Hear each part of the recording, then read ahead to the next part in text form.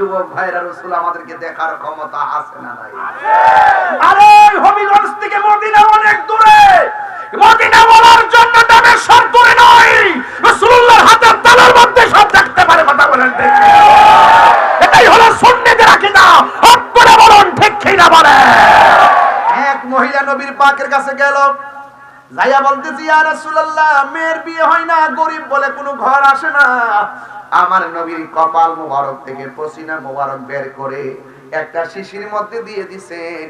মহিলাটা রাস্তা দিয়া শিশিটা নিয়ে যাইতেছে, আর রাস্তা দিয়া সব শুনতেছে গো, ওই শিশি থেকে মেশকে আম্বরের ঘ্রাণ বেরিতেছে। অন্যান্যরা জিজ্ঞাসা করে, কি ব্যাপার, আপনার হাতের মধ্যে কি? ওই আমার মেয়ের বিয়ে হয় না, আমি গরিব বলে কোনো সম্বন্ধ করে আসে না, এই জন্য নবী পাকের কাছে গিয়েছিলাম। আল্লাহর হাবিব তাবাররুকান আমাকে এই পসিনা মোবারক দিয়েছে। এরপরে মহিলাটা বলেন, আল্লাহর হাবিব যখন থেকে আমাকে পসিনা মোবারক দিয়েছেন, অসংখ্য মানুষ, যেখানে আমার ঘরে কেউ আসতো না, আমার ঘরের মধ্যে অসংখ্য মানুষের গুনগুন আওয়াজ শুরু হয়ে গেছে। তাই নবীর পসিনা মোবারকের দাম আছে না নাই?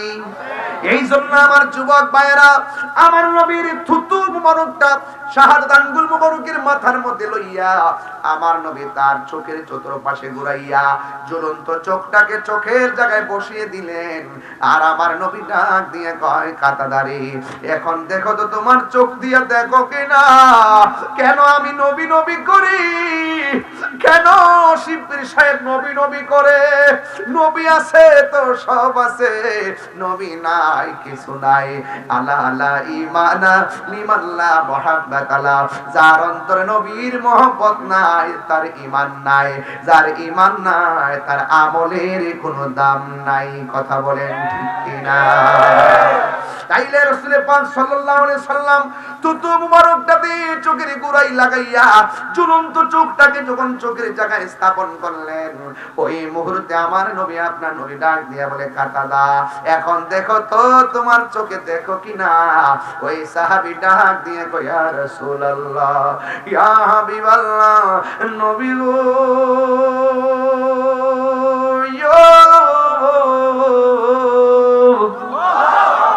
ও মায়ার নবীজি, ওয়াল্লাহি তাল্লাহি বিল্লাহ, আপনি যখন আমার ঝুলন্ত চোখটা চোখের জায়গায় লাগাইয়া দিয়েছেন, আমার চোখটা আগের চাইতে আরো সুন্দর ভালো হয়ে গেছে। আর জোরে জোরে কন্যা আল্লাহু আকবার।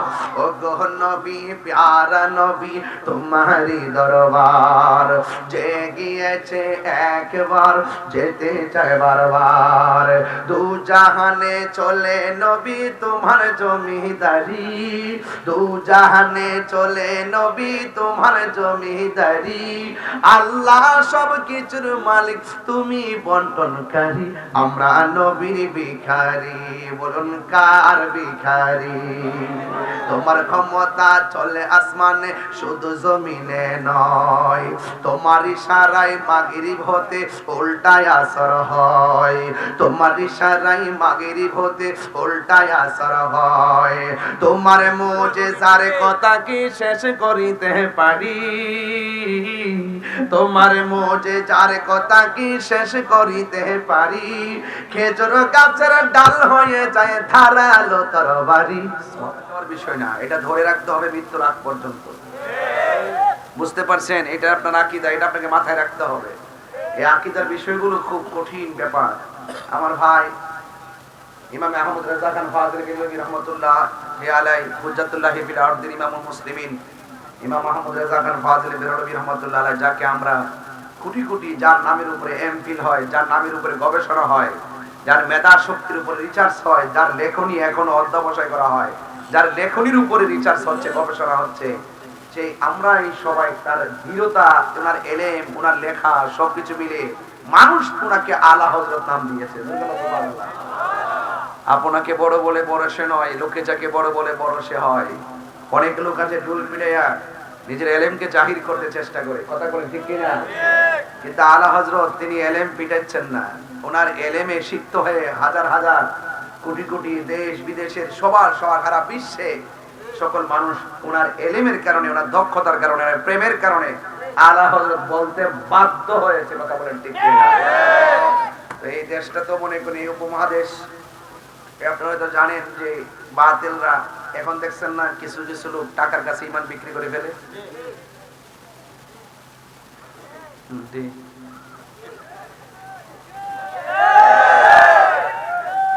চেয়ার পাইলে হক কথা বললা যায়। কথা কোন ঠিক কিনা? এতদিন তো রাস্তাঘাট ফাটাই লিখছে, দর্শন হইলে ওখান খবর নাই। কথা কোন ঠিক কিনা? এখন আর কোনো খবর না, এখন সব ওলি আল্লাহ হয়ে গেছে। কথা কোন ঠিক কিনা? সব ওলি আল্লাহ হয়ে গেছে। সুতরাং বোঝা গেল এদের ইসলাম আর আমরা সুন্নিরা যে ইসলাম কথা বলি পার্থক্য আছে। এজিদের ধারা আর হুসাইনি ধারা এক না। কথা বলেন ঠিক কিনা? খুব মনোযোগ দিবেন, খুব মনোযোগ দিবেন। এই জন্য ঈমান বড় সম্পদ, এটাকে ধরে রাখতে হবে। ঈমান কি হবিগঞ্জ বাজারে কেজি ধরে কিনা বেচা হয়? মুদিমালের দোকানে গেলে মুদিমাল পাওয়া যায়, আর আল্লাহর ওলিদের দরবারে গেলে আল্লাহ পাওয়া যায়। কথা বলেন ঠিক কিনা? এই জন্য আল্লাহর হাবিব সাল্লাল্লাহু আলাইহি ওয়াসাল্লাম বলেছেন, আমি তোমাদের কাছে দুইটা জিনিস রেখে যাচ্ছি, এই দুইটাকে যদি আঁকড়ে ধরে রাখো তোমরা কখনো পথভ্রষ্ট হবে না। একটা হলো আল্লাহর কোরআন, আর একটা হলো নবীর আহলে বায়ত। জোরে বলেন সুবহানাল্লাহ। আমরা আহলে বায়তের পক্ষে আছি না নাই? আমরা পাকে পাঞ্জাতের পক্ষে আছি না নাই? কারা কারা আছেন হাত তোলেন, স্লোগান লাগান। নারায়ে তাকবীর, আল্লাহু আকবার, নারায়ে সালাত, ইয়া রাসূলুল্লাহ, নারায়ে কাসিয়া, ইয়া রাসূলুল্লাহ, নারায়ে পাক পাঞ্জাত। আমার যুবক ভাইরা, কত রমজান আমরা অতিক্রম করেছি। রমজান কতটা গেছে? 17টা রমজান আমরা অতিক্রম করেছি, ঠিক না? আপনারা জানেন এই 17 রমজান একটি ঐতিহাসিক দিন, ঠিক কিনা? এই দিনটি কি দিবস? বদর দিবস। শুধুমাত্র নামের শোনার মধ্যে, নামের মধ্যে আর জানার মধ্যে সীমাবদ্ধ থাকলে চলবে না। বদর দিবস শুধুমাত্র একটি দিবসের নাম না, বদর দিবস একটি চেতনার নাম। কথা বলেন ঠিক কিনা? এই দিনটা আজকে আমাদের কাছ থেকে অতিক্রম হয়েছে। এই বদরের যুদ্ধে মুসলমানদের পক্ষে যিনি সেনাপতি ছিলেন, রাহমাতুল লিল আলামিন। এখান থেকে একটা জিনিস কিন্তু পরিষ্কার, ইসলামের প্রথম যুদ্ধের নাম, প্রশ্ন আসতে পারে, ইসলামের প্রথম যুদ্ধের নাম কি? বদরের যুদ্ধ। কিসের যুদ্ধ? গাজওয়ায়ে বদর। যুদ্ধটা যে জায়গায় অনুষ্ঠিত হয়েছিল সেই জায়গার নাম বদর, এই জন্য যুদ্ধের নাম বদরের যুদ্ধ। জোরে বলেন সুবহানাল্লাহ। এই যুদ্ধে মুসলমানরা সংখ্যা ছিল মাত্র 313 জন। জোরে বলেন কয়জন? আর কাফেরদের সৈন্য সংখ্যা ছিল 1000। জোরে বলেন কয় হাজার? 1000 ছিল। এবং মুসলমানদের তলোয়ার ছিল 8টি। জোরে বলেন কয়টি? আর কাফেরদের যে তাদের সশস্ত্র বাহিনী ছিল 600। কয়শো? 600। এবং মুসলমানদের ঘোড়া ছিল মাত্র 2টা, কাফেরদের ঘোড়া ছিল 100টি। মুসলমানদের উট ছিল মাত্র 70টি, কাফেরদের উট ছিল 700টি।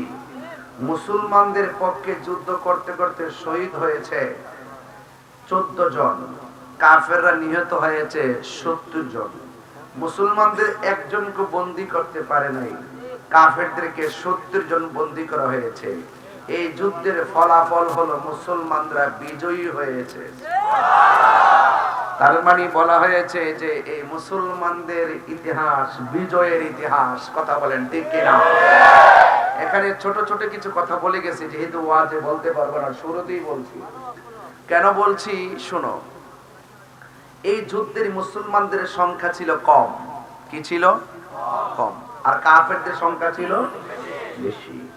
এই যুদ্ধের ফলে মদিনায় শুধুমাত্র একটা যুদ্ধের বিজয় হয়েছে বিষয় এরকম না।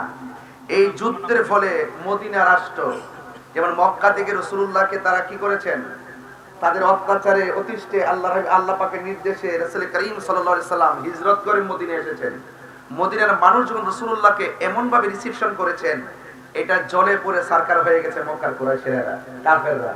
তাহলে এই জায়গার ভিতরে কিভাবে মুসলমানদের মাঝে একটি বিভাজন সৃষ্টি করা যায় এবং মুসলমানদের সেই ঐক্যকে কিভাবে বিনষ্ট করা যায়, তারা ছলে বলে কৌশলে মুসলমানদের রাজনৈতিক জায়গা, অর্থনৈতিক জায়গা, সামরিক জায়গা, চেতনার জায়গাগুলোকে ধ্বংস করার জন্য একটা ছক এঁকেছিল।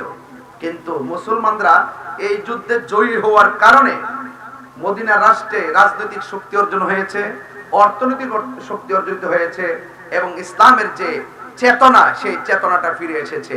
আপনি দেখবেন যে কোনো যুদ্ধে যদি বিজয়ী হয়, বিজয়ী হওয়ার পরে যে চেতনা জাগ্রত হয়, আগামীর পথ উন্মোচন হয়। কথা বলেন ঠিক কিনা?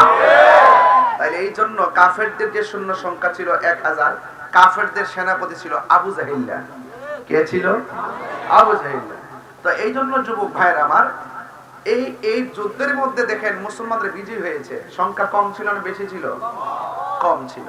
এরপরে বিজয়ী হয়েছে। তার মানে বোঝা যায় যুদ্ধের জয় পরাজয় সংখ্যার উপরে নির্ভর করে না।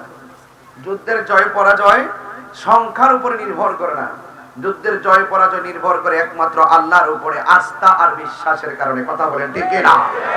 তো এই জন্য আল্লাহ পাক কোরআন কারীমের মধ্যে বলেছেন, ওয়ালা তাহিনু ওয়ালা তাহজানু ওয়া আনতুমুল আ'লাউনা ইন কুনতুম মুমিনিন।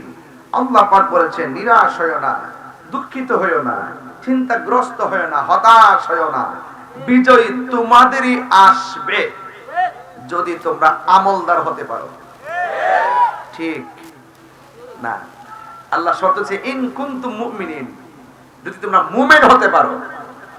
বুঝেন বুঝেন বুঝেন, কি হতে পারো? মুমিন হতে পারো। তাহলে শিবির ভাই যে কথা বলছে যে ঈমান, ঈমানটা বড় সম্পদ, ঈমানটা বড় পাওয়ারফুল জিনিস।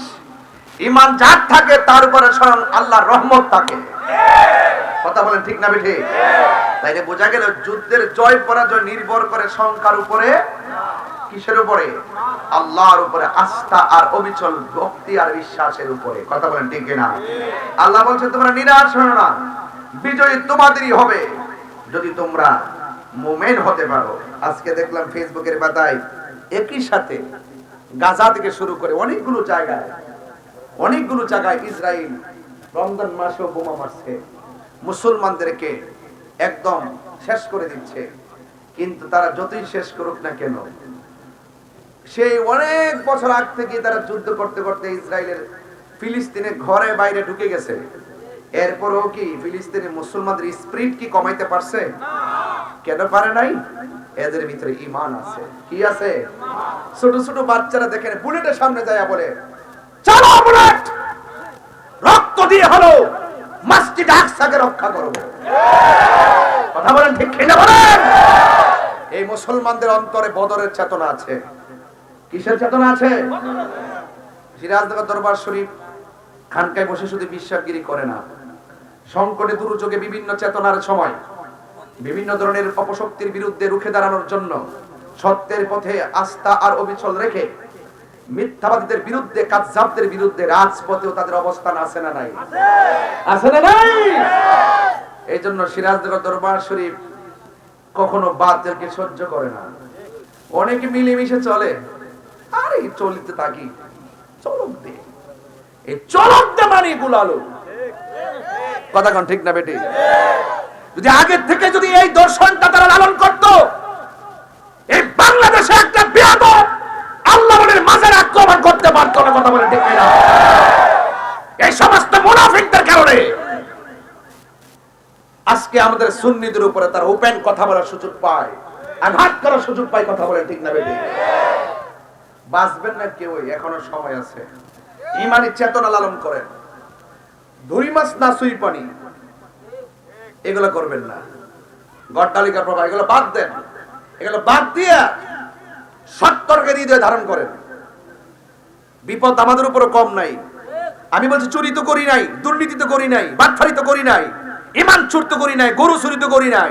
তো সুতরাং যারাই যত আক্রমণ করুক না কেন, বাঘের মতো লড়াই করে যেতে হবে। এটা বদরের চেতনা। এই চেতনা যখন হৃদয়ে থাকবে, স্বয়ং আল্লাহ আপনাকে সহযোগিতা করবে। কথা কোন ঠিক না বেটি? এই জন্য লাল চক্ষুকে ভয় পাবেন না।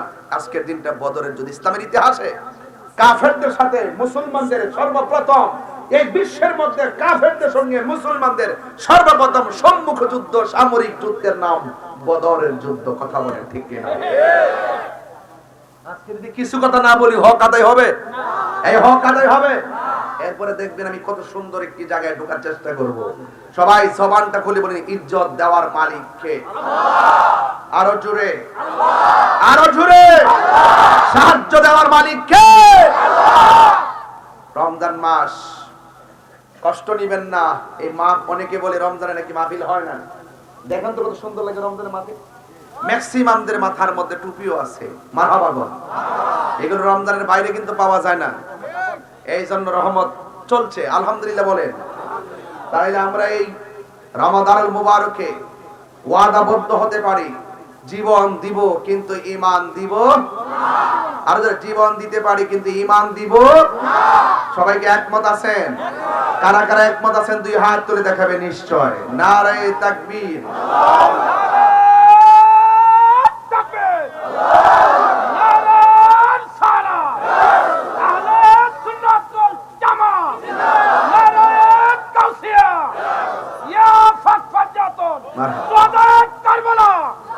মারহাবা বলেন, মারহাবা, আলহামদুলিল্লাহ বলেন। আমি ওই বদরের প্রান্তরে গিয়েছিলাম আমার আম্মাকে নিয়ে। আমি ওই পাহাড়টা দেখে আসছি, ওই বালুর জায়গাটা দেখে আসছি, যে জায়গার মধ্যে মুসলমানদেরকে সহযোগিতা করার জন্য আল্লাহ পাক ফেরেশতা নামাই দিয়েছিলেন। ওই জায়গাটা দেখে আসছি, যে জায়গার ভিতরে আবু জাহিলকে সাইজ করা হয়েছিল। এবং ওই জায়গাটা দেখছি যে জায়গাতে 14 জন সাহাবী যে শহীদ হয়েছেন তাদের নামের তালিকা লাগায় রাখা হয়েছে। সুবহানাল্লাহ, বুঝতে পারছেন? এবং যে যুদ্ধের যে মাঠের জায়গাটা দেখছি উঁচা আর নেচা, উঁচা আর নিচা, বুঝতে পারছেন? এই জন্য কাফেররা কিন্তু শক্ত জায়গায় অবস্থান করছিল, আর মুসলমানরা যে জায়গায় অবস্থান করছিল এই জায়গাটা ছিল ধুলা। কি ছিল? ধুলা ছিল, ধুলা। কাফেররা কই দেখেন, যারা একটু পাটপাট টাইপের, এরা দেখবেন কৌশল কইরা তাদের ব্যবস্থাপনা বানায়। দেখবেন বিভিন্ন আমাদের দেশের মধ্যে দেখবেন এমন কিছু জায়গার মধ্যে এই বেয়াদব রাসূলগুলো ক্যান্টনমেন্ট বানায় রাখছে, ঘাঁটি বানায় রাখছে, যেন এরা আমাদেরকে অ্যাটাক করতে পারে। কথা কোন ঠিক না বেটি? এটা অনেক আগে থেকেই চিন্তাধারা। এটাও ঘোরার দিকে পাইছে যে সুবিধাজনক জায়গায় একটা অবস্থা তৈরি করে রাখা, কিন্তু ওরা তো জানে না। আরে ইমানের নূর যেখানে, খুঁটি সেখানে। ঠিক কিনা বলে? বিল্ডিং এর খুঁটি থরথর করে ভেঙে যাবে, কিন্তু ইমানের খুঁটি ভাঙবে না। কথা বলেন ঠিক কিনা আমার ভাইয়েরা? এজন্য আল্লাহ পাক কোরআনের মধ্যে বলছেন, ইয়া আইয়ুহাল্লাযীনা আমানু, হে ঈমানদারগণ, ইযা লাকিতুম ফিআতান ফাসবুতু, যখন তোমরা, হে ঈমানদারগণ, যখন তোমরা তাদের মুখোমুখি হবে তোমরা অবিচল থাকবে। অবিচল কি থাকবে? অবিচল থাকবে। যখনই তোমরা কোন দলের সাথে মুখোমুখি হবে, ফিআত মানে দল, যখন কোন দলের সঙ্গে মুখোমুখি হবে মানে কি? হে ঈমানদারগণ, যখন কোন বেঈমানের সঙ্গে মুখোমুখি হবে, ফাসবুতু, তোমরা অবিচল থাকো। ওয়াজকুরুল্লাহ, আল্লাহকে স্মরণ করো। ওয়াজকুরুল্লাহ, আল্লাহকে স্মরণ করো। কাকে স্মরণ করো? আচ্ছা বলেন তো, বিপদের সময় স্মরণ যদি করি আল্লাহকে, আমাদের আল্লাহর দয়া আছে না নাই? আরো জোরে আছে না নাই? আল্লাহ বলছেন, যদি এই অধিক পরিমাণে স্মরণ করতে পারো, লাআল্লাকুম তুফলিহুন, অবশ্যই তোমরা কি হবে? সফল কাম হবে। চিৎকার মেরে বলেন সুবহানাল্লাহ। তো এই রমজান মাসে 17ই রমজান মুসলমানরা ছিল রোজা, আর কাফেররা গায়ের মধ্যে তেল তুল মাইখাইছে, খায়াটা মোটামুটি ফানার মতন হয়ে গেছে। হইলে কি গায়ের জোরের দাম বেশি না ইমানের জোরের দাম বেশি? আরো বড় করে বলেন না কেন? ইমানের জোরের দাম বেশি। এই জন্য আল্লাহ বলছেন, তোমরা যদি মুখোমুখি হয়ে যাও তাহলে তোমরা অবিচল থাকবা, শক্ত থাকবা, কিন্তু ভেঙ্গে পড়বা না। ভরসা করবা একজনের উপরে। জবান খুলে কোন তিনি কে? আল্লাহ। এতে কোনো সন্দেহ আছে? আমার যুবক ভাইয়েরা, এতক্ষণ আমি কথা বললাম, কথাগুলো খুব মোটিভেশনালি ভাবে আপনারা সবাই শুনলেন। অনেকগুলো তথ্য আমি আপনাদের কাছে জানালাম। আল্লাহ রাব্বুল আলামিন কোরআনের মধ্যে বলে দিয়েছেন, ওয়ালা ক্বাদ নাসারাকুমুল্লাহু বিবাদরিন ওয়া আনতুম আযিল্লাহ। আল্লাহর সাহায্য ছিল যখন মুসলমানরা একটু দুর্বল দুর্বল ছিল। একদিকে হলো রোজা, আর একদিকে হলো বালু মাটি। যুদ্ধের ময়দানে কাফেরদের সংখ্যা হলো 1000, মুসলমানদের সংখ্যা হলো মাত্র 313 জন। যুদ্ধের ময়দান যখন যুদ্ধ শুরু হয়ে গেল, কাফেররাই রমজান মাসে রোজা রেখে যুদ্ধের ময়দানে যাওয়ার পর সাহাবায়ে কেরামদেরকে আমার নবী ডাক দিয়ে কয়, সাহাবীরা তোমাদের যুদ্ধ করতে কোনো অসুবিধা করছে কিনা? সাহাবায়ে কেরাম বললেন, ইয়া রাসূলুল্লাহ, ওরা শক্ত বালুতে আছে, আমরা যেই জায়গার মধ্যে অবস্থান করেছি ওই চোখের সামনে সূর্যটা লাগে, আর ওরা যেই জায়গার মধ্যে দাঁড়াইছে তাদের পিছন দিক দিয়ে সূর্য ওঠে, চেহারার মধ্যে সূর্য লাগে না। আল্লাহ রাব্বুল আলামিন হাবিবের মতো মুস্তাজিবুদ দাওয়া পৃথিবীর কোন নবী রাসূল নাই, কথা বলেন ঠিক কিনা? আল্লাহর হাবিব আল্লাহকে ডাক দিয়ে কি, আল্লাহ আমার সাহাবীরা নির্ভীকভাবে আমি নবীর নেতৃত্বে যুদ্ধের ময়দানে এসেছে, ওদের চোখের মধ্যে সূর্যের কারণে তীরের আঘাত দেখে না, পাথরের আঘাত দেখে না। আল্লাহর হাবিব যখন আল্লাহর কাছে ফরিয়াদ করলো, সাথে সাথে আমার আল্লাহ সূর্যের মুখের মধ্যে মেঘমালা দিয়া ছায়া দিয়ে দিয়েছে। এই সাহায্য এখনো আছে না নাই? আর যারা আছে না নাই? এবার আমার নবীর সাহাবীরা যুদ্ধ শুরু করলো। খুব মনোযোগ দিবেন, খুব মনোযোগ, একটা গুরুত্বপূর্ণ জায়গায় যাবো আপনাদেরকে ইনশাআল্লাহ। রাজ আছেন তো ইনশাআল্লাহ? জনম জনম যদি গাহি, সারা রাত মালিকের গান গালি কি ফুরাইবো? তোমার মহিমা গাওয়া শেষে হবে নাহি, দয়া করো মায়া করো ওহে দয়াবান, তুমি রহমান, তুমি মেহেরবান। ঠিক কিনা বলেন? জনম জনম যদি গাহি, তোমার মহিমা গাওয়া শেষে হবে নাহি, মায়া করো দয়া করো ও গো রহিয়ান, তুমি রহমান, তুমি মেহেরবান, তুমি রহমান, তুমি মেহেরবান। জোরে জোরে কি আল্লাহু আকবার বলা যাবে না? ও বন্ধুরি, ও তুলিয়া খাদের বাবারা, ডেমেশ্বরীর বন্ধুরা, আঞ্জুমানে সালিকিন বাংলাদেশ হবিগঞ্জ জেলার বন্ধুরা, যত জায়গা থেকে আপনারা এসেছেন, আপনারা জবান খুলে বলুন, রহমত দেওয়ার মালিক কে? সূর্যের মুখে মেঘমালা দিয়ে ছায়া দিয়েছেন কে? এরপরে আমার নবীর সাহাবীরা যুদ্ধ শুরু করলো। ওই মুহূর্তে আমার নবী সাহাবায়ে কেরামদেরকে ডাক দিয়ে, হ্যাঁ সাহাবীরা, তোমাদের কোনো অসুবিধা আছে? সাহাবীরা বলে, ইয়া রাসূলুল্লাহ, ঘোড়া দিয়ে দৌড় দিলে ঘোড়ার ধুলাবালির কারণে অন্ধকার দেখা যায়, অন্ধকারের কারণে তীরের আঘাত দেখি না, চোখের সামনে অনেক সাহাবীর চোখ চলে যাচ্ছে, চোখের সামনে অনেকগুলো সাহাবীর হাত চলে যাচ্ছে, চোখের সামনে অনেকগুলো সাহাবী জীবন চলে গিয়েছে। ইয়া রাসূলুল্লাহ, যদি এমন ভাবে চলতে থাকে ইসলামের পতাকা আকাশে উড়াইবো কে? সুবহানাল্লাহ। এবার আমার নবী, আপনার নবী মহান রবের কাছে দুইটা হাত বাড়ায় দিলেন, আল্লাহ আপনি না ওয়াদা করেছেন আপনি আমাদেরকে সহযোগিতা করবেন।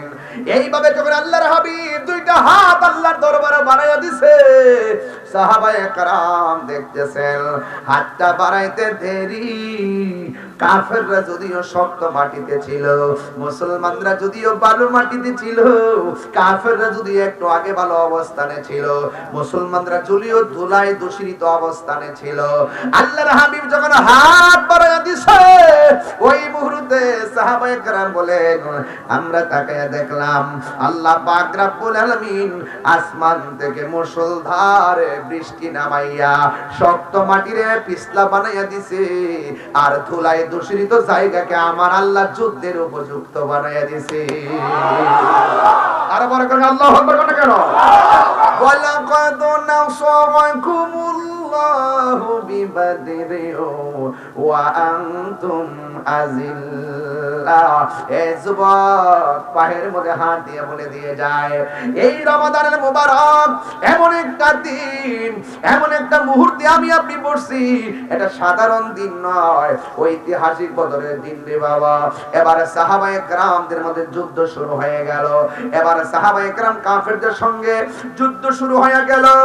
একটা সাহাবী যার নাম হলো কাতাদা, খুব সাহসী সাহাবী, তার চোখের মধ্যে কাফেররা এমন জোরে তীর মেরেছে চোখটা বের হয়ে গালের উপরে তীরটা ঝুলে গেছে।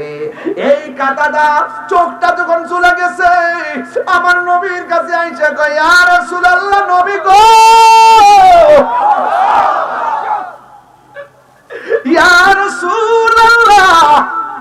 সাহাবায়ে কেরামদের কথা এবং ভাগ্য কত ভালো, চোখ পড়ে গেছে, নবীর কাছে চোখের চিকিৎসার জন্য যায়। ইয়া রাসূলুল্লাহ, আপনার প্রেমিকগুলা হবিগঞ্জের জমিনে কত বাতিল করতে জুলুমের শিকার হয়, আমরা তো আপনার কাছে গিয়ে বলতে পারতেছি না। ১৫০০ বছর পরেও যদি এসেছি, আপনার নাম শুনলে আমাদের মন দিবানা হয়ে যায়। কথা বলেন ঠিক কিনা? জন্ম আমার নবীর যুগে হলে কেমন হতো, জোরে, জন্ম আমার নবীর যুগে হলে কেমন হতো, দুনয়নে রাসূল পাক দেখলে কেমন হতো, দুনয়নে দেখিলে কেমন হতো, জন্ম আমার নবীর যুগে। আমার অনেক যুবক ছেলেদের মুখ বন্ধ আছে, বলো না, জন্ম হলে কেমন হতো, আশ্রিত বেশে হজরতে বেলালের মধুর আযান, সেই আজানে ছিল এমন প্রেম মুগ্ধ রহমান, আশ্রিত ভেসে হজরতে বেলালের মধুর আযান, সেই আজানে ছিল এমন প্রেম মুগ্ধ রহমান, দয়াল নবীর পেছে নামাজ পড়লে কেমন হতো, দয়াল নবীর পেছে নামাজ পড়লে কেমন। আসল কথা বলবো, পড়ছি আমি নাতে রাসূল পাশে নূরের নবী, আন-নবিয়্যু আওলা বিল মুমিনিনা মিন আনফুসিহিম, যারা মুমিন তাদের জানের চাইতো আর কাছে আমার রাসূল আছে না নাই? পড়ছি আমি নাতে রাসূল পাশে নূরের নবী, নাতে রাসূল পড়লে রাসূল খুশি হয় না বেজার হয়? নাতে রাসূল শুনে নবী দিলেন মুচকি হাসি, ইবাদত করলে রাসূল খুশি হয় না বেজার হয়? নবীর শানে গান গাইলে রাসূল খুশি হয় না বেজার হয়? নবীর প্রেম হৃদয়ে ধারণ করলে রাসূল খুশি হয় না বেজার হয়? আমার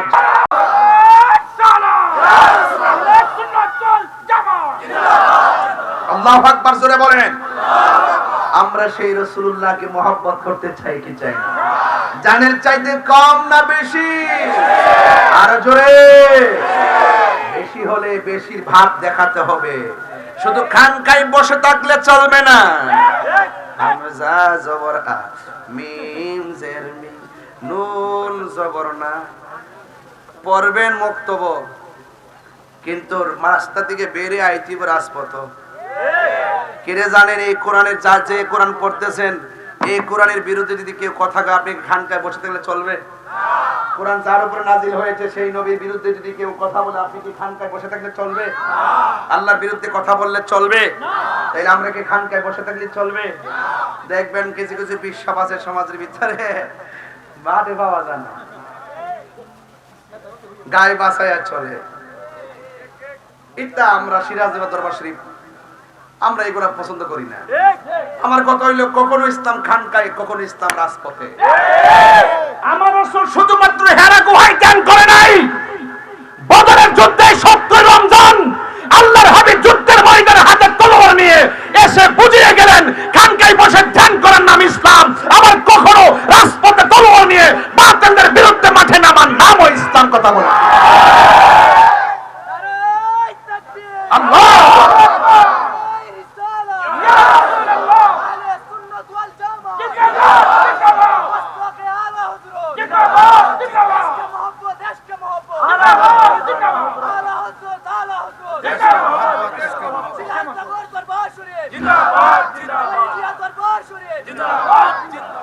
আল্লাহু আকবার জোরে বলেন প্রয়োজনে যুদ্ধ করতে হবে প্রয়োজনে লড়াই করতে হবে কলমের জবাব কলমে দিতে হবে জবানের জবাব জবানে দিতে হবে লাঠির জবাব লাঠিতে দিতে হবে পাথরের জবাব পাথর দিয়ে দিতে হবে তীরের জবাব তীর দিয়ে দিতে হবে আল্লাহ রাব্বুল আলামিন বলেন ওয়াকাতিলু ফি সাবিলিল্লাহ আল্লাযিনা ইউকাতিলুনাকুম যারা তোমাদের সাথে যুদ্ধ করবে তাদের সাথে তোমরা লড়াই করবে কথা বলেন ঠিক না ওয়ালা তাতাদু কিন্তু তোমরা সীমা লঙ্ঘন করো না ইন্নাল্লাহা লা ইউহিব্বুল মুতাদিন আল্লাহ রাব্বুল আলামিন সীমা লঙ্ঘনকারীকে পছন্দ করে না কথা বলেন ঠিক না আমরা সুন্নিরা কখনো কারো সঙ্গে আগেলামই না কে দেখছেন আসমানে তো আমরা গায়ে পড়ে ঝগড়া করছি না কি ও বাবা দেখছেন সুন্নিরা গায়ে পড়ে ঝগড়া করে সুন্নিরা বাইরে আল্লাহর আদেশ মানে যে তোমরা তাদের সাথে যুদ্ধ যদি করো তারা যদি তোমাদের সাথে লড়াই করতে আসে তোমরা তাদের সাথে লড়াই চালিয়ে যাও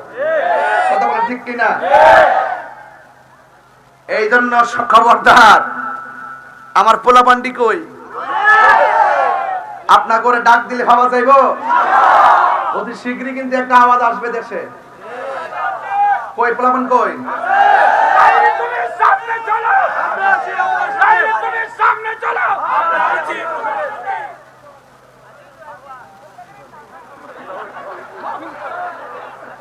যে যেই দলই করেন সুন্নতের প্রশ্নে আমরা এক কথা বলেন ঠিক কিনা আমার বাপও যদি নবীরে গালি দেয় আমি বাপ ছেড়ে দিব কথা বলেন ঠিক কিনা আমি বরদাস্ত করব না মনে থাকবে দল বড় না নবী বড় নবীর জানের সাথে মহব্বত করতে হবে যে যে দলই করেন রেডি থাকবেন আমরা দেখতেছি বাংলাদেশের অবস্থা আল্লাহর ওলির মাজারে তারা শুরু করছে আক্রমণ 89টা প্রসিদ্ধ মাজারের মধ্যে আক্রমণ করছে সর্বমোট প্রায় 300-র মতো মাজারের মধ্যে আক্রমণ করছে ধর্ম উপদেষ্টা শুনলাম বলছে এদেরকে বিচারের আওতায় আনা হবে আরো 200 ভাঙ্গা লোক এটা দায়িত্বশীলদের কথা না না উচিত ছিল বিগত দিনে যেগুলো ভাঙছে সবগুলোর আইনের আওতায় আনতো তাইলে ভবিষ্যতে ভাঙতো না নয়ার সই দিয়ে চেয়ার ধরে ধন দিত না স্বজন প্রীতি করতেছেন আপনার দলের জন্য আমাদের জন্য কি করতেছেন গুড়ার ডিম করতেছেন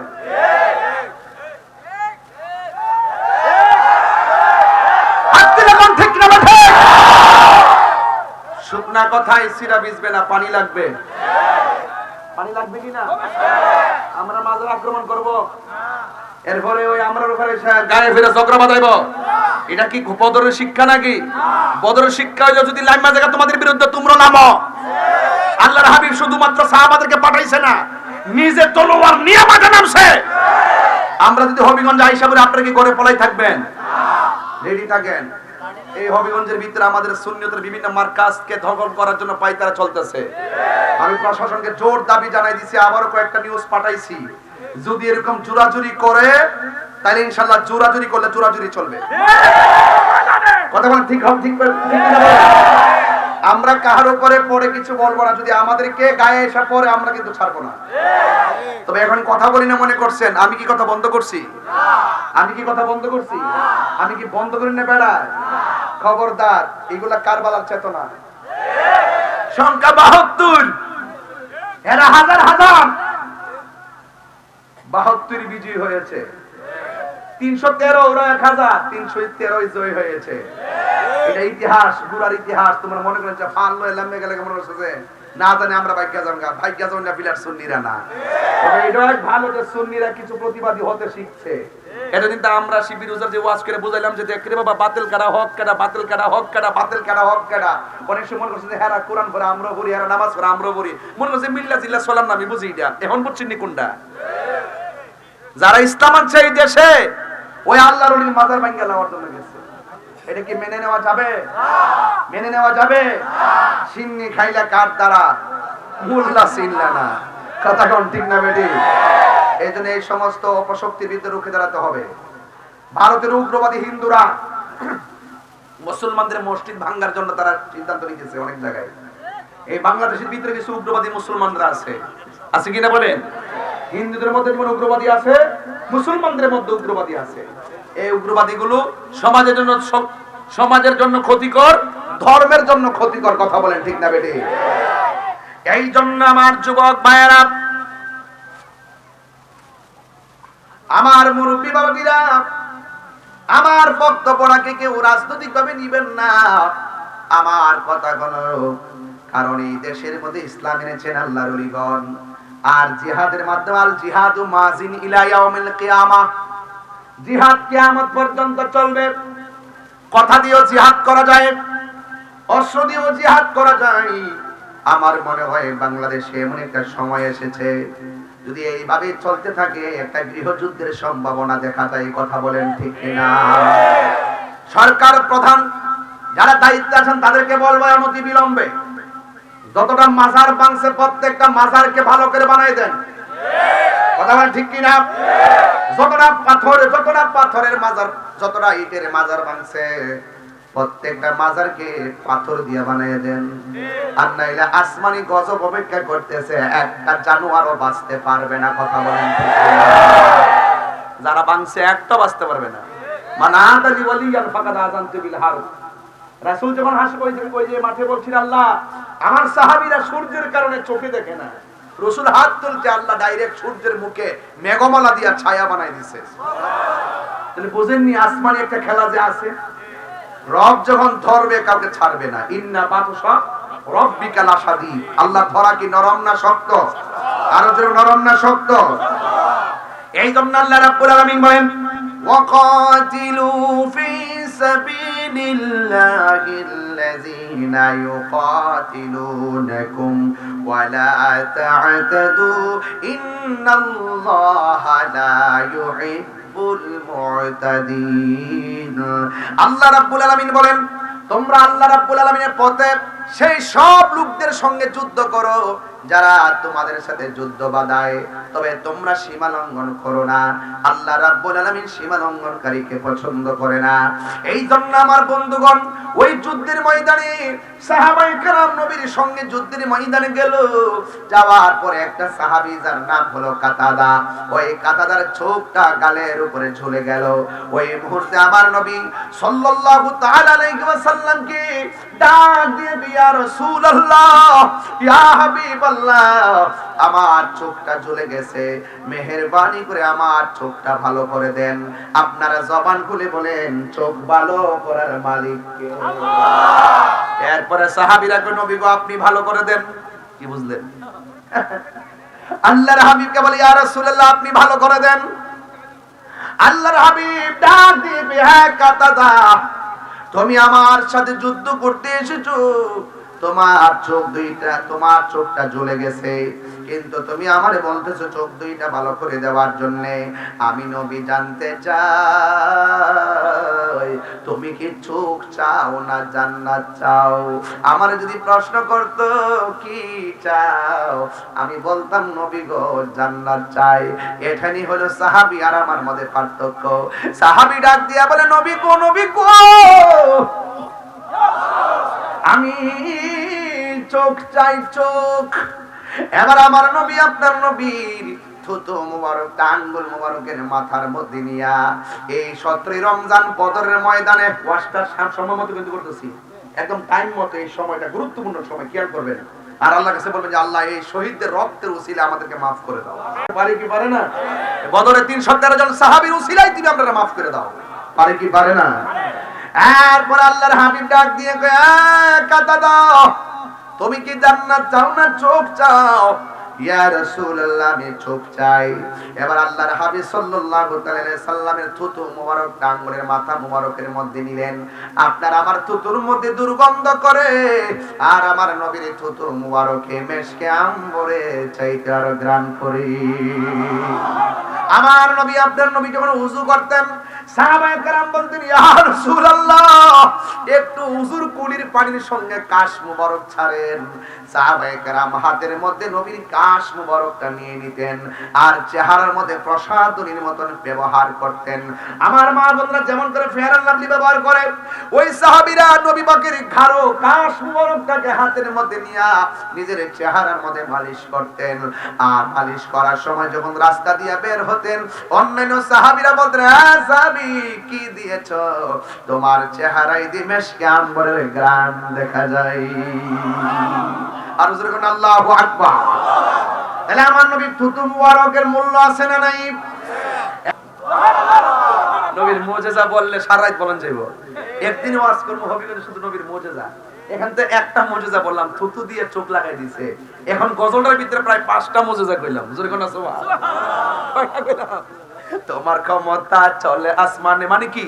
আঙ্গুল মুবারকের ইশারা করে পাগলা কত সুন্দর লেগে বস না বইছি বই দিছি না তো। অনেক কষ্ট করছে ওই একবার করোনার কারণে ভাই মিস হইছে, কয়েকবার এই দুর্যোগের কারণে মিস হয়ে গেছে। এলাকার মানুষগুলো তার প্রতি ক্ষুব্ধ ছিল। আসলে উনিও আমার দাওয়াত করছিল, আমিও দাওয়াত রাখছিলাম। এখন দেশের সিচুয়েশনে করোনার কারণে অনেক সময় ব্যস্ত লাগছে। তবে আজকের যে মাহফিলটা আমার কাছে মনে হইতেছে দীর্ঘদিন পরিমাণে শান্তি পরিবেশে এত রাতের ওয়াজ করতেছি, খুব শান্তির। ওই দিন একটা মিরপুর করছিলাম, এটাও ভালো লাগছে, একদম নিরিবিলি নাকি। আমরা উই আর টু ব্রাদার, হ্যাঁ, এই যে প্যাকেজ তো মারহাবা কর। আমরা মনে করেন যে বাতিলের বিরুদ্ধে একটা প্যাকেজ, একবারে বুলেটের সামনে দুজন দাঁড়াই যাবো। কথা কোন ঠিক না? সাথে থাকেন, এত সহজ না। সুন্নিয়ত ধরে রাখতে হবে, সুন্নিয়ত ধরার লড়াইয়ে কাজ করতে হবে। কথা বলেন ঠিক না? আঞ্জুমানে সালেকিন মানে কি জানেন? এই আঞ্জুমানে সালেকিন এই প্রেমিক গুলারে এক জায়গায় আনার মূল কারণ কি জানেন? বাতিলদের বিরুদ্ধে একটা ক্ষেপণাস্ত্র বানানো। কথা বলেন ঠিক না বেঠিক? এবং যেই লোকটা এই সংগঠনের সাথে জড়িত হবে, এদের কি অবস্থা জানেন হবে? এদের ঈমান, আমল, নীতি, নৈতিকতা, চরিত্র, আদর্শ দেখবেন কোন দিক দিয়ে টুকা দিয়া লড়াইতে পারতেন না।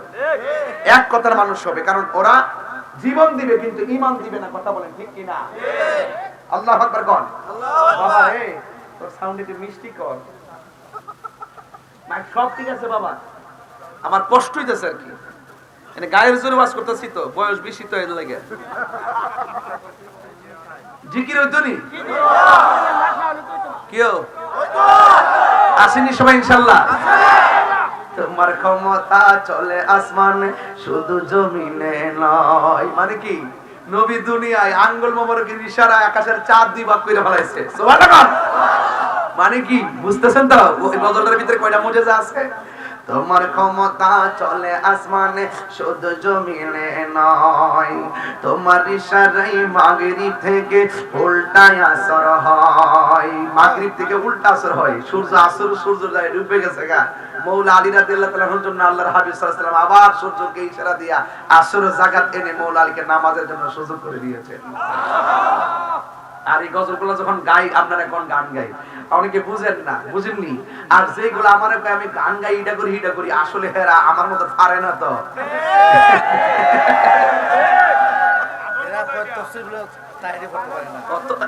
এরা এটাও তফসির তাহিরি করতে পারে না। এরা তো ভাই আসলে কি জানেন, এরা 2 ঘন্টার ভিতরে মাত্র 1.5 মিনিটের যে কাটসাট বক্তব্য আছে না, ওরা এইগুলোই শুনে মনে করে তাহিরি মানে পুরা ওয়াজই বুঝি তুই করছে। অথচ ওয়াজের শুরু থেকে আমার 1 ঘন্টা পুরো একাডেমিক আলোচনা থাকে।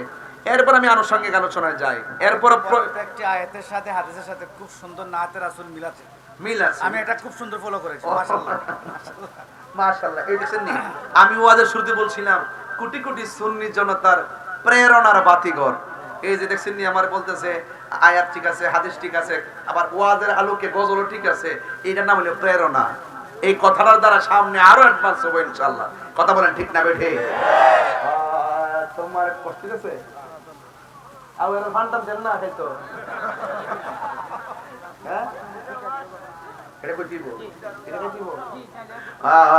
তোমার ক্ষমতা চলে আসমানে শুধু জমিনে নয়, তোমার ইশারায় মাগরিব হতে উল্টায় আসর হয়, তোমার মুজিজার কথা কি শেষ করিতে পারি, তোমার মুজিজার কথা কি শেষ করিতে পারি, খেজুর গাছের ডাল হয়ে যায় ধারালো তরবারি, আমরা নবীর ভিখারি, আমরা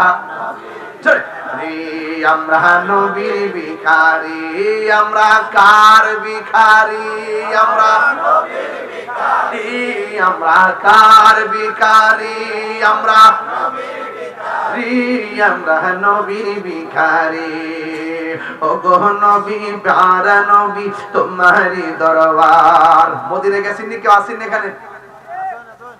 মদিনা গেছেন কেনা? এই যে মদিনা যাওয়ার ফাটি অনেক আছে মাশাআল্লাহ। মদিনার সুন্দর নিও বাজান, হ্যাঁ মদিনা বহুত সুন্দর। মদিনা দিকে যাওয়ার পথে গেছেন? মাশাআল্লাহ মদিনা অনেক সুন্দর। সব বলিব কিন্তু তোমায় বলতে পারি না, ঠিক না? মদিনা থেকে 130 কিলোমিটার দূরে হলো বদরের প্রান্তর, বুঝতে পারছেন? 80 মাইল, 80 মাইল না 80 মাইল। তাইলে যাওয়ার পথে একটা কূপ আছে, এই কূপের নাম হলো বীরে শেফা। কি বলছি কি বলছি? হ্যাঁ কি বলছি? বীরে শেফা। ওই যুদ্ধ থেকে ফেরার পথে, আমি পরের কথা আগে বলি কে লিগে মনে হয়ে গেছে এজন্য। তো ওই বীরে শেফার প্রান্তরে এসে সাহাবায়ে কেরাম খুবই তৃষ্ণার্ত। সাহাবায়ে কেরামের যখন পানির প্রয়োজন হলো, রাসূল পাক বললেন তোমরা এই কূপ থেকে পানি পান করো। এরপরে কূপ থেকে পানি নেওয়ার পরে সাহাবায়ে কেরাম বলেন ইয়া রাসূলুল্লাহ এই কূপের পানি তো লবণাক্ত লাগে এবং তেমন টেস্ট লাগে না, কেমন কেমন জানে লাগে। আরেক riwayat আমি পাইছি যে সাহাবায়ে কেরাম এই দিক দিয়ে আসার পথে হয়তো তারা তৃষ্ণার কারণে এই কূপ থেকে পানি পান করতে পারে, এইজন্য কাফেররা শত্রুতামি করে সেখানের মধ্যে অনেক ধরনের মানে মৃত্যুবরণ যেন করে সেরকম উপাদান তারা মিশিয়ে রাখছে, এবং পানির কালার চেঞ্জ হয়েছে, স্বাদ চেঞ্জ হয়েছে, এবং বিভিন্ন অনিষ্ট হওয়ার সম্ভাবনাময় ছিল। কিন্তু আল্লাহর হাবিব যখন ওই কূপের মধ্যে থুতু মুবারকটা দিলেন, সুবহানাল্লাহ কইতেন না? কি দিলেন? কি দিলেন? থুতু মুবারক দেওয়ার পরে বললেন সাহাবীরা তোমরা খেয়ে নাও।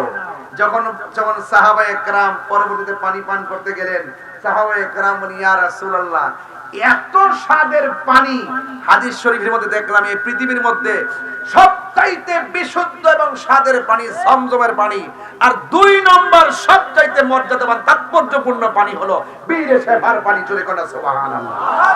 আমি আম্মার নিয়ে গেছি ওখানে, আমার আম্মার নিয়ে গেছি, যাই এটার পাশে ছোট্ট একটা ঘর আছে, নামাজ পড়ছি, আম্মু পড়ছে, আমরা এই সাদা যে ক্যান্টিন আছে ছোটগুলো এইগুলো দিয়ে নিজে একবারে খায়া টায়া ক্যান্টিনটা ভইরা এবার বাংলাদেশও নিয়ে আইছি, যেরকম মারহাবাগন।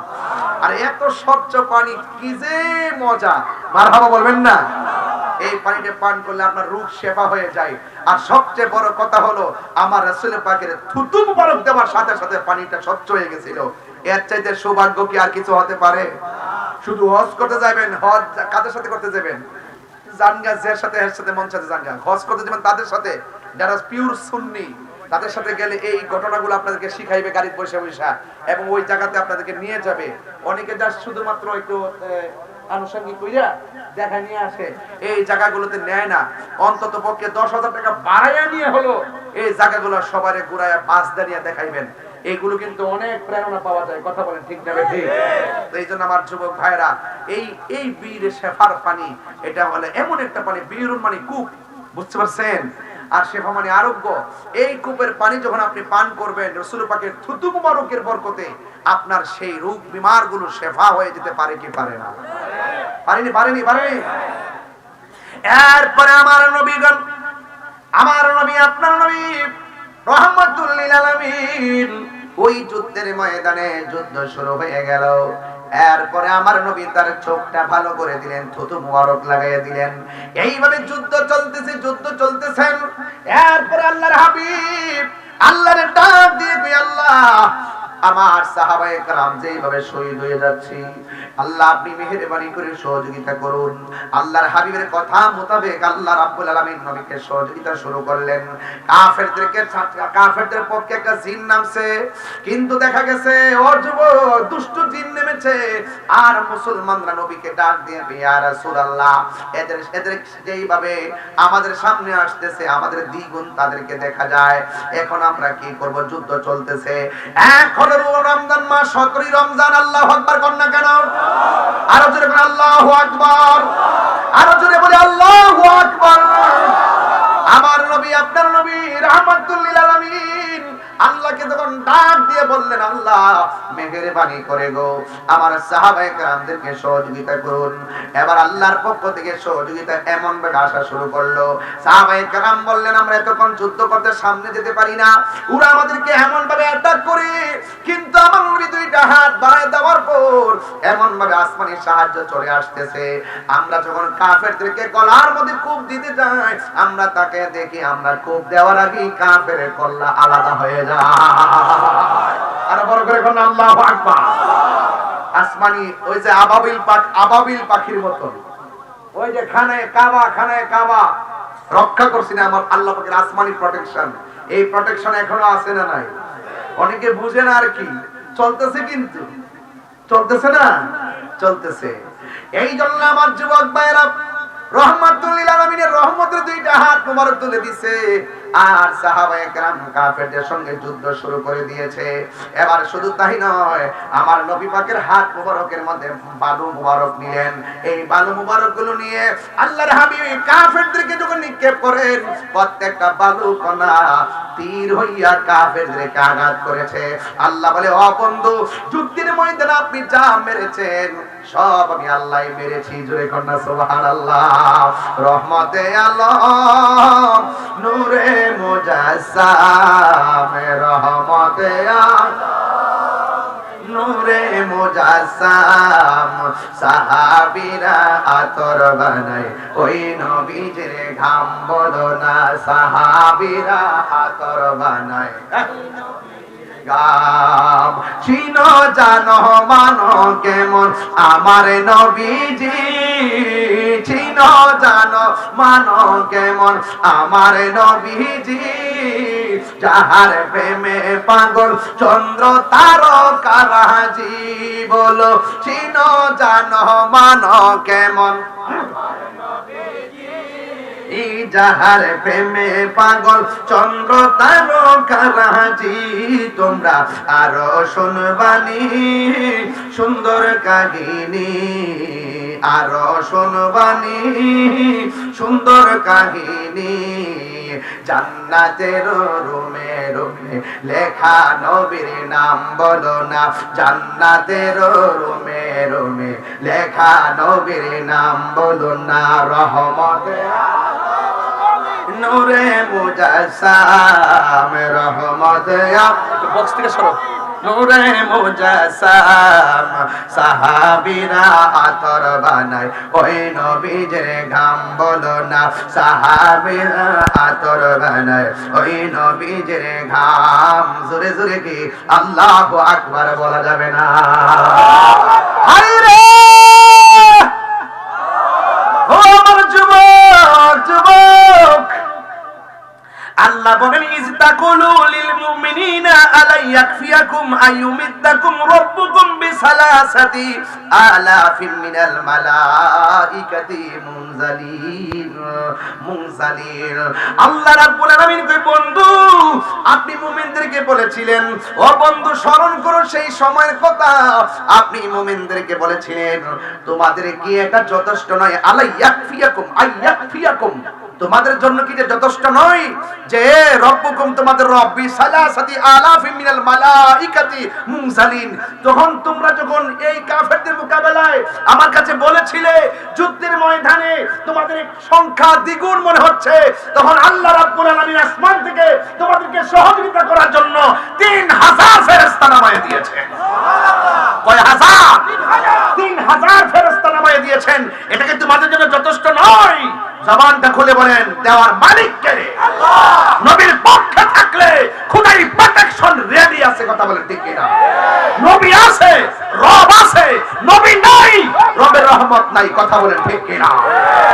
তাইলে এখন কি ভয় পাওয়ার কিছু আছে? 313 সাথে যুক্ত হয়েছে কয় হাজার? দেখো না, কয় হাজার? 3000। শুধুমাত্র তাই নয় যুবক ভাইরা আমার, আরো আছে, এর বেশি আর যাব না। আল্লাহর হাবিব সাল্লাল্লাহু আলাইহি ওয়াসাল্লামের সাহাবীরা দেখতেছেন আমরা কূপ দেওয়ার আগে কাফেরদের কল্লা পড়ে যায়। এরপরে দেখেন, এরপরে যুদ্ধের মাঠে আব্দুর রহমান ইবনে আউফ সম্ভবত রাদিয়াল্লাহু তাআলা আনহু দাঁড়ায় আছেন এক জায়গার ভিতরে। যখন দাঁড়ায় আছে তখন ওই জায়গাতে ছোট্ট দুইটা বাচ্চা যায় কয়, দাঁড়ায় রইছেন কে লাগা? আরো বড় করে এই ছোট্ট দুইটা বাচ্চা কিন্তু নবী পাকের সঙ্গে কিন্তু যুদ্ধের মাঠে আসছে। সুবহানাল্লাহ করে দিন না।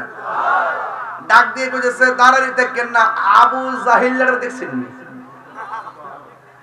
কাফেরদের সেনাপতিরা দেখছেন নি? বাচ্চাটি কি ছোট না বড়? ছোট্ট দুইটা বাচ্চা কয় আবু জাহিলরা দেখছেন নি? তখন কোন তো কেমনটা লাগে। এরপরে কহ দেখছি তো ওই যে গুড়ার উপরে। এখন ছোট্ট দুইটা বাচ্চা আস্তে আস্তে গুড়াটার কাছে গেছে, যাইয়া দিয়ে আবু জাহিল্লা অনেক উঁচা জায়গায়, ছোট বাচ্চা লাগাল ভানা। একবার পরামর্শ করে, ভাই আমি দিব গুড়ার পাউডার, তুই দিবি ভাই আবু জাহিল্লার পাউডার। আরো জোরে কেন সুবহানাল্লাহ কেন না? আল্লাহু আকবার জোরে কর না কেন? আর আল্লাহু আকবার কর না কেন? এটা কি গায়ের জোর না প্রেমের জোর? প্রেমের কোনো বয়স আছে রে? ছোট ছোট বাচ্চা, একবার ছোট্ট ছোট্ট বাচ্চা পর্যন্ত। আমার ফুল হইতো ওয়াজে করেন, আমি কইছি নীরব না বিপ্লব? একো বিপ্লব, বিপ্লব কি দেখো? বিপ্লব, বিপ্লব, নীরব না বিপ্লব, বিপ্লব, বিপ্লব। তুমি কে আমি কে, সুন্নি সুন্নি, কথা কল ঠিক না বেঠে? শিক্ষা দিয়েছে তো। তো সুতরাং ছোট্ট বাচ্চা গেছে গুরের কাছে, গুরের কাছে যাওয়ার পরে গুরার আডোডার মধ্যে আবু জাহিল তেমনে ছায়াছে কইছে, ওই বলাই দে, ও এমনে যা এমনে যা। কিন্তু ছোট্ট দুইটা বাচ্চা যায়া গুরার পাউডার মধ্যে কোপটা দিছে, এমনে গোয়াওড়া মিক্সে গেছে। আর হেইটা গিয়ে আমার আবু জাহিলের পাউডারের মধ্যে। আবু জাহিল ছিটপটাং হয়ে পড়ে গেছে, যায়া বসছে মুখটার উপরে, বুকটার উপরে বয়সে একদম সাইজ করতেছে। ওই সাহাবী দৌড়ায় গেছে, দুইজনের ছোট মানুষের গ্রুপ না, পরে তিনিও যায় একটু সহযোগিতা করলেন। এই ছোট্ট দুইটা বাচ্চার কাছে অত বড় সেনাপতি, ছোট্ট একটা মশার কামড়ের মধ্যে নমরুদ্দা ফেরাউনে ওই নীল নদের মাঝখানে। দেখেন তো আল্লাহ পাক ইতিহাসটা তাকায় দেখেন তো, যারা জালেম, যারা জুলুম, যারা অত্যাচার করেছে, যারা অবিচার করেছে, যারা খুন করেছে, যারা গুম করেছে, যারা মানুষকে ঠকিয়েছে, যারা মানুষের উপরে জুলুম করে, যারা হককে দাফন করার জন্য চেষ্টা করে, যারা মানুষের অধিকারকে লুণ্ঠন করে এবং যারা সত্যিকার হককে লুণ্ঠন করা আর দাফন করার জন্য ষড়যন্ত্র করে, ইতিহাসটা তাকায় দেখেন। নমরুদ্দা জুতাটা বাড়ি দে, জুতাটা বাড়ি দে, জুতাটা বাড়ি দে, জুতাটা বাড়ি দে, জুতাটা বাড়ি দে। ফাত্তর দিয়ে বাড়ি দিলে হের আরাম লাগে না, জুতা দিয়ে বাড়ি দিলে আরাম লাগে। ল্যাংরা মশা নমরুদ্দা নাহে দিয়া ঢুকাইছে, মগজ কামড় দে, টাকটা জুতাটা বাড়ি দে। কথা বলেন না কেন? কথা বলেন না কেন? শুনেন, কত পালোয়ানগিরি করো না কেন, মরণটা হবে নিকৃষ্ট। বুঝতে পারতেছেন? বুঝতে পারতেছেন? ছোট্ট এত বড় আবু জাহিল্লা, বাবা বাবা, এত বড় সেনাপতি কাফেরদের দুইটা বাচ্চার হাতে আল্লাহ তারে কি দিছে? মৃত্যু দিছে। তো বুঝতে পারতেছেন আবু জাহিল্লা কিন্তু শেষ, আর ছোট দুইটা বাচ্চার কাছে কিন্তু আবু জাহিল্লা বিদায় হয়ে গেছে। এবার কাফেররা বলতেছে কি ঘটনাটা কি? তা আমরা যে এমন ভাবে মারলাম, আমরা কূপ দেওয়ার আগে ফেরেশতারা, আমরা কূপ দেওয়ার আগে কাফেরদের চেহারা আলগা হয়ে যায়। কারণটা কি? কারণটা তো একটাই, আল্লাহ বলছেন মুসলমানদেরকে সহযোগিতা করেছেন। ওয়ালাকাদ নাসরাকুমুল্লাহু বিবাদরি ওয়া আনতুম আযিল্লা। যখন তোমরা দুর্বল ছিলে, আমি আল্লাহ তোমাদেরকে আমি খোদাই প্রোটেকশন দিয়ে সাহায্য করেছি, কথা বলেন ঠিক কিনা? তাহলে যুদ্ধের জয় পরাজয় সংখ্যার উপর নির্ভর করে না, যুদ্ধের জয় পরাজয় নির্ভর করে আল্লাহর উপরে আস্থা আর বিশ্বাসের কারণে। এই জন্য যুবক ভাইরা আমার, হিমশিম খাবেন না, টেনশন করবেন না। গরিব হইতে পারেন, গরিব হইতে পারেন, টাকা না থাকতে পারে, বিমান ভাড়া না থাকতে পারে, আপনার পাসপোর্ট না থাকতে পারে, যদি প্রেম থাকে মদিনাওয়ালা আপনার ঘরে ডেমেশ্বরে ভাঙ্গা করে এসে দিদার দেওয়ার ক্ষমতা আছে না? হাত তুলে বলো, আছে না নাই? এইটা হলো সুন্নিদের বিশ্বাস। এটা কার বিশ্বাস? সুন্নিদের বিশ্বাস। এই বিশ্বাস আমাদের থাকবে কি থাকবে না? আরো জবান বলে থাকবে কি থাকবে না? মুসলমানরা এই যুদ্ধের মধ্যে বিজয়ী হয়েছে, আলহামদুলিল্লাহ। কন্যা কেন? এবার মুসলমানদের কয়জন শহীদ হইল? 14 জন। জোরে কোন কয়জন?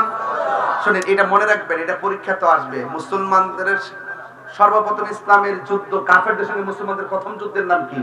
বদরের যুদ্ধ। এটা মনে রাখবেন। এই বদর উপত্যকাটা যখন হজে যাবেন, অবশ্যই ওই জায়গার মধ্যে যাবেন। গেলে আপনি অনেক শান্তি পাবেন, আমার মতো আপনারা শান্তি পাবেন। আমি তো ওখানে গিয়ে অনেক কথা বলেছি, অনেক তথ্য জানার চেষ্টা করেছি।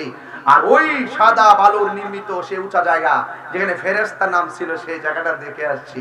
আলহামদুলিল্লাহ বলবেন না? আর যদি আলহামদুলিল্লাহ বলেন না কেন? এই আওয়াজ করে বলুন, আল্লাহর সাহায্য এখনো আছে না নাই? এই বদরের যুদ্ধ থেকে আমাদের শিক্ষা কি জানেন? যে আমাদের যতটুকু হোক, শরীর দুর্বল হোক, কিন্তু মনোবলটা অনেক বড় লাগবে, ইমানি পাওয়ারটা একটু বেশি লাগবে। আল্লাহ পাক যেন আমাদের সকলকে বোঝার তৌফিক দান করে, আমিন বলেন। আরো জোরে বলেন না আমিন? একটু মালিকের জিকির করব, রাজি আছেন না নাই? এই রমজান মাসে আমরা কি একসঙ্গে দোয়া করে বাড়ি যেতে পারি না? আর পারি কি পারি না? তাহলে কেউ কিন্তু উঠবেন না, উঠবেন। মুরব্বি বাবা, এই ছেলে দেখতে ফলাইছি, কিন্তু লরণ যেত না। আমি রাত্র বেশি হয়েছি দিকে ডাইরেক্ট ওয়াজ ঢুকে গেছি গে।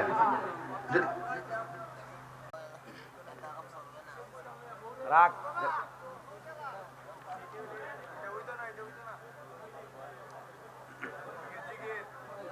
আরে ঘোড়ার মাংস খাওয়া কি যাবে?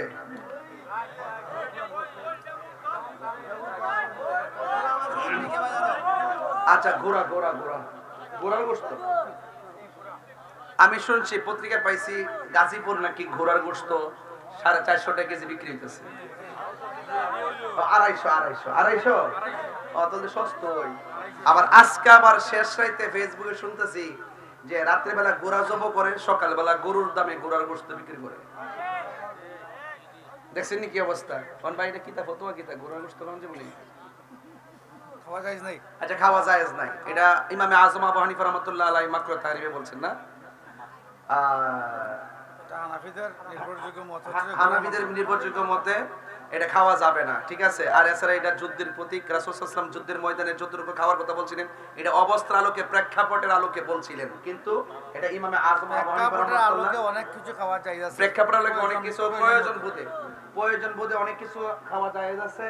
এরপরও রাসূল করিম সাল্লাল্লাহু আলাইহি ওয়াসাল্লাম কিন্তু হাদিসে নিষেধ করছেন। নাহা রাসূলুল্লাহ সাল্লাল্লাহু আলাইহি ওয়াসাল্লাম আন লুহমিল খাইলে ওয়াল বিগাল ওয়াল হামির, গাদার গোশত এবং ঘোড়ার গোশত খাওয়াকে আল্লাহ রাব্বি সাল্লাল্লাহু আলাইহি ওয়াসাল্লাম নিষেধ করেছেন।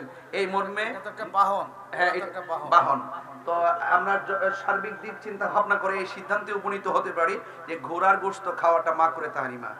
যদিও অন্যান্য ইমামগণ বিভিন্ন মতামত দিয়েছেন, কিন্তু আমাদের হানাফি মাযহাব আমরা এটার উপর আমল করি এবং এটার উপর আপনারাও আমল করবেন। কথা কি বোঝাতে পেরেছি? আরো কথা বোঝাতে পেরেছি? আল্লাহ যেন আমাদের সকলকে বোঝার করতে প্রশ্ন দিয়ে দিয়েছে, আমি তো বুঝি রে আর মানুষ বুঝতে না আমার দিছে, আমি তো বুঝি না, তুই কম বুঝি তো। যাই হোক, অসুবিধা নাই, যেটা বলছি এটি সঠিক। জি ভাই, বুঝেছি না? কোন ভেজাল আছে? যাই হোক ভাইরা আমার, আল্লাহ পাক যেন আমাদের সকলকে বোঝার তৌফিক দান করে, বলুন আমিন। এই এক কই পাগলা কই বাগে না।